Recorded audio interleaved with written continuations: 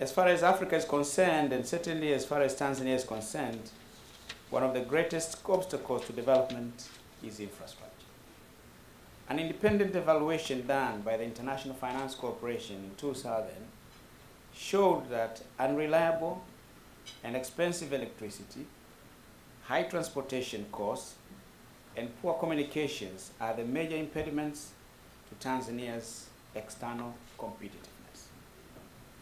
To bring African infrastructure up from where it is now, a barrier to growth and trade, to where it should be a catalyst for growth and trade, requires enormous amounts of resources that should be sought within national governments, development partners, and the private sector.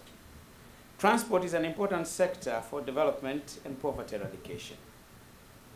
Its effectiveness, appropriateness, and adequacy can contribute a lot to the successful implementation of socioeconomic activities.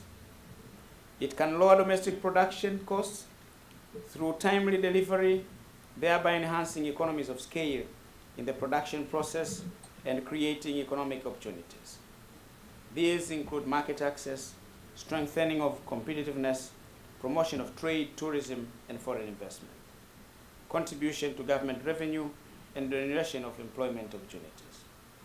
Practically everything associated with modernity needs electricity and for its production and or functioning.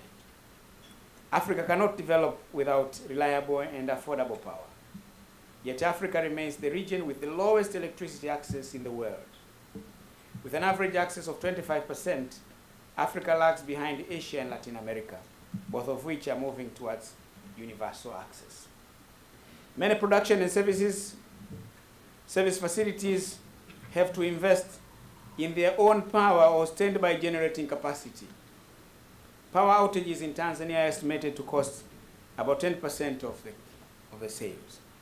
An average 55% of Tanzanian firms have to invest in backup generators compared to 27% in China. This is an additional cost which negatively impacts more heavily on small and medium-sized enterprises.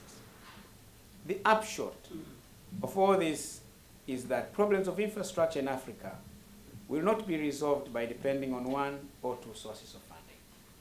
Certainly, the drive to fill the huge gap in financing infrastructure will, for the foreseeable future, have to be led by public sector, directly or in partnership with the private sector.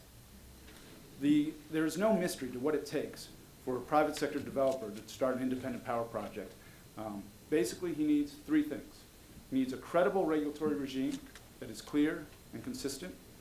He needs a tariff structure that allows him the opportunity, not the guarantee, but the opportunity to get a fair return, even if the price of fuel, as we've witnessed in the past few years, continues to go up.